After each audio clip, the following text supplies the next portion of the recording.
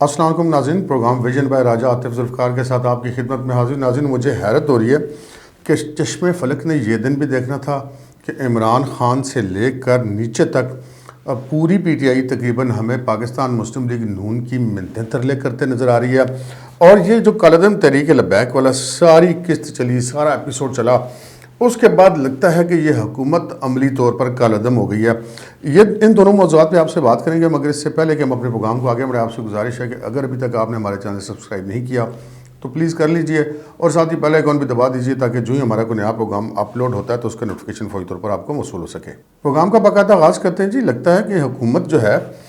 یہ کالعدم تحریک لبیک کے مارچ کے بعد سے عملی طور پر کالعدم ہوگی۔ وہ کیسے؟ جناب، صورتحال کچھ یوں ہے کہ آج چیف منسٹر پنجاب نے ایک سمری کی منظوری دی ہے، اور اس کے بعد وہ اپنی کابینہ کو بھیجا گیا ہے۔ اس میں جو کالعدم تحریک لبیک کے ساتھ سے کالعدم کو ہٹانے کی منظوری دی گئی ہے۔ اب یہ بڑی حیرت انگیز بات ہے کہ چند روز پہلے تک جن کو کہا جاتا کہ یہ انڈیا کے ایجنٹ ہیں، انڈیا سے ان کو سپورٹ آ رہی ہے اور ان سے کالعدم کے ساتھ ساتھ وہ عسکری تنظیموں کی طرح نمٹا جائے گا، لیکن اب جو ہے وہ سارا کام ایک دم ہی ایسا لگتا ہے کہ ساری وہ جتنی جھاگ تھی وہ بیٹھ گئی ہے۔ یہ چائے کی پیالی میں جتنا طوفان تھا وہ سارا بیٹھ گیا ہے۔ کالعدم تحریک لبیک کے جو کارکن ہیں وہ تو ابھی بھی جی ٹی روڈ کے کنارے موجود ہیں وزیر آباد میں، وہ تو وہاں سے نہیں ہٹے، نہ ہی انہوں نے کہا ہے کہ ہم یہاں سے بھی کچھ جانے کا ارادہ رکھتے ہیں، لیکن حکومت جو ہے وہ بالکل ہمیں جھاگ کی طرح بیٹھتی ہوئی دکھائی دے رہی ہے۔ اس کا دوسرا بڑا ثبوت ہے کہ کل وزیر اعظم نے قوم سے خطاب فرمایا، جو اس میں مہنگائی والا جو پیکج تھا اس کو لوگ تکلیف پیکج کا بھی نام دے رہے ہیں، بہرحال وہ انہوں نے اس پہ بات کی، لیکن انہوں نے کالعدم تحریک لبیک پہ کوئی بات نہیں کی۔ جس سے پہلے ہم کہہ سکتے ہیں کہ تقریباً 2 ہفتے پورا ملک جو ہے وہ ایک بڑی عجیب و غریب کیفیت میں رہا، لیکن وزیر اعظم کے پاس اس پر کرنے کے لیے کوئی بات نہیں تھی، کیونکہ انہی کے وزراء پہلے کیا کہہ رہے تھے اور بعد میں ہوا کیا۔ اور اس سارے معاملے میں اگر دیکھا جائے تو عملاً سچویشن یہ ہے کہ جو تحریک لبیک ہے اس کو اب لگتا ہے کہ مین سٹریم میں وہ آ جائے گی، کیونکہ ایک تو اس کے ساتھ سے کالعدم ہٹایا جا رہا ہے، دوسرا اس کے لوگ ابھی تک روڈ پر موجود ہیں، اور پولیس فورس جو کہ ایک ڈسپلن فورس ہوتی ہے جو کہ حکومت کے کہنے کے مطابق عمل کرتی ہے، اس فورس کے خلاف کارروائی کی خبریں بھی سامنے آ رہی۔ لگتا ہے کہ آئی جی پنجاب سے لے کر آر پی او اور ڈی پی اوز تک جو ہیں، لاہور سے لے کر گوجرانوالہ تک، ان سب کے خلاف ایسی اطلاعات اور ایسی خبریں آ رہی ہیں کہ ان کے خلاف محکمانہ کارروائی کی جا رہی ہے، جنہوں نے اپنی جانیں بھی قربانی کے لیے پیش کی اور سینکڑوں کی تعداد میں پولیس اہلکار زخمی بھی ہوئے۔ حکومت جو ہے ان سارے اقدامات کو ہم دیکھتے ہوئے کہہ سکتے ہیں کہ کالعدم ہوتی ہوئی نظر آ رہی ہے۔ اس کے ساتھ ہی ہم اگر اسی حکومت کے وزراء کی بات کریں کہ وہ لوگ جن کا یہ کام تھا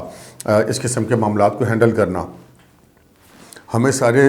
اس پوری کہانی میں کسی جگہ پہ چیف منسٹر پنجاب دکھائی نہیں دیا، اور جو لوگ ہمیں اس وقت دکھائی دیے وفاقی وزیر داخلہ جن کا کام ملک کی اندرونی امن و امان کی صورتحال کو دیکھنا،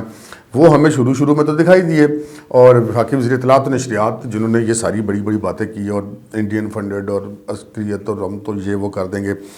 وہ دونوں جو حضرات ہیں شیخ رشید صاحب اور وفاقی وزیر اطلاعات و نشریات جو کہ وفاقی حکومت کے ترجمان ہیں، وہ اس ساری کہانی سے یکدم منظر سے آؤٹ ہو گئے ہیں۔ اب منظر سے آؤٹ ہونے کا پھر ہم ایک ثبوت آپ کو اور دیتے ہیں۔ وہ ثبوت یہ کہ آج وفاقی وزیر داخلہ شیخ رشید احمد نے کہا،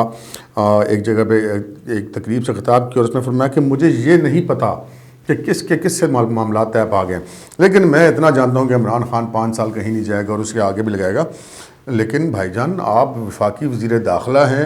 آپ کو یہی نہیں پتا کہ کس کے معاملات کس سے طے پا گئے ہیں، اور آپ کو یہی نہیں پتا کہ کالعدم تحریک لبیک کے معاملات کیا طے پائے ہیں، تو پھر تسی کٹے دے وزیر داخلہ ہو۔ تو پھر اسی طرح اگر ہم دیکھیں کہ کالعدم تحریک لبیک والے جب معاملات طے پائے، اناؤنسمنٹس ہوئی، تو وہ اناؤنسمنٹ وفاقی وزیر اطلاعات و نشریات کو کرنی چاہیے تھی، لیکن ان کی جگہ مفتی منیب الرحمان نے کی۔ مفتی منیب الرحمان کے پاس تو کوئی عہدہ نہیں ہے سرکاری۔ جب معاملات طے نہیں پا رہے تھے، ایک سارا پھٹا چل رہا تھا، اس وقت اس حکومت کے وزراء نظر آتے تھے، لیکن جب سارے معاملات طے پائے گئے تو ان طے پانے کی جو اعلانات کرنے کے لیے وہ لوگ اعلانات کر رہے ہیں کہ جن کا اس حکومت سے کوئی تعلق نہیں، اور دلچسپ بات ہے کہ ان اعلانات پر عمل بھی ہو رہا ہے۔ ہم یہ نہیں کہہ سکتے کہ مفتی منیب الرحمان صاحب نے کوئی بے پرگی اڑا دی ہے، جو بھی انہوں نے بات کی اس پہ عمل ہوتا ہوا نظر آ رہا ہے۔ اسی طرح جناب ہم اگر بات کر لیں کہ یہ کیسے ملتے ہیں ترلوں پر اتر آئی ہے حکومت، تو ایک تو ہم بات کریں گے نا جی عمران خان صاحب جو کہ پاکستان تحریک انصاف کے قائد ہیں، انہوں نے جو کل قوم سے خطاب فرمایا اس کے آخر میں انہوں نے کہا کہ جی میں اپیل کروں گا پاکستان کے دونوں بڑے خاندانوں سے کہ جناب وہ اپنی لوٹی ہوئی دولت جو ہے وہ لے آئیں تو میں مہنگائی عادی کر دوں گا. تو بات اپیلوں تک آ گئی. خان صاحب 3 سال ہو گیا آپ حکومت میں ہیں, آپ نے کیا کیا؟ آپ نے لوٹی ہوئی دولت لے آنی تھی نا, جو بقول آپ نے اگلے ہی دن لے آنی تھی اقتدار میں آنے کے بعد. تو اب آپ بھی آخر منتوں ترلوں پر آ گئے ہیں. تو ناظرین منتوں ترلوں پر تو آنا ہی ہے, کیونکہ ایک انہوں نے بڑی دلچسپ بات کی کہ جی یہ لوگ اگر برطانیہ میں ہوتے تو برطانیہ میں اگر کسی کے اوپر کرپشن کا الزام ہوتا ہے تو اس کو ٹی وی پر نہیں آنے دیا جاتا. خان صاحب کی خواہش ہے کہ ان کے جتنے مخالفین ہیں کوئی بھی ٹی وی بنا سکے, لیکن اگر الزامات کی بات کی جائے تو خان صاحب کی اپنی پارٹی کے بہت سارے لوگ, خود خان صاحب کے خلاف بھی کیسز موجود ہیں, تو ملزم تو وہ بھی ہیں. اگرچہ کہ مجرم قرار نہیں پائے تو پھر تو ان کو بھی ٹی وی پر نہیں آنا چاہیے. اگر بات کرتے ہیں برطانیہ کی یا مثال دیتے ہیں برطانیہ کی, تو عموماً ہم نے دیکھا کہ خان صاحب برطانیہ کو بڑا آئیڈیلائز کرتے ہیں, اور برطانیہ کی عدالتوں نے تو جناب آپ کی حکومت نے جتنے وہاں پہ جا کے ایکٹس کیے, برطانیہ کی عدالتوں نے شریف فیملی کو آپ کو جرمانہ دینا پڑا, آپ کو اسحاق ڈار کی فیملی کو جرمانہ دینا پڑا, ایون کہ جو نواز شریف صاحب کے جو قریبی دائیں بائیں کے لوگ ہیں ناصر بٹ صاحب کو جرمانہ دینا پڑا, اور آپ کے جو حامی TV channel ARY ہے اس کو جرمانے ہو رہے ہیں, وہ معافیاں مانگتا پھر رہا ہے. سو اگر آپ برطانیہ کے نظام کو بطور آئیڈیل سمجھتے تو خان صاحب پھر دوسری برطانیہ والا سسٹم ادھر ہوتا تو یہ پوری حکومت بالکل جو ہے وہ فارغ ہو گئی تھی. بہرحال یہ بھی ایک معاملہ ہے کہ وہ جو جرمانے قومی خزانے سے ادا کیے جا رہے ہیں اس کا حساب کون لے گا؟ آخر اس کا حساب بھی تو کسی نہ کسی کو دینا ہی ہوگا نا, کہ آپ کی ذاتی خواہشات نہیں, تو پھر آپ کے پاس ثبوت تھے تو برطانیہ لے جاتے, وہ ثبوت آپ دکھا دیتے, وہ نہیں دکھا سکے. آپ کو ہو گئے جرمانے. اب وہ قومی خزانے کو جو نقصان پہنچا ہے کسی کے جذبہ انتقام کی وجہ سے, تو اس کی قیمت جو ہے وہ اس ملک کے خزانے سے تو پے نہیں ہونی چاہیے. اگر ہم مہنگائی کی بات کریں تو وہ بھی معاملات آپ کے کنٹرول میں نہیں ہے. چینی کی ریٹ کی بات کریں تو چینی جناب اس وقت ملک کے مختلف حصوں میں 125 سے لے کے 150 روپے کلو تک مل رہی ہے, کوئی کنٹرول نہیں ہے. اور پھر جس وقت خان صاحب ٹی وی پر بیٹھ کے یہ کہتے ہیں کہ جناب ہم بڑا ریلیف پیکیج دے رہے ہیں, این اسی دن اسی وقت اسی شام خود حکومت کے جو ماتحت ایک ادارہ ہے یوٹیلٹی اسٹورز کارپوریشن,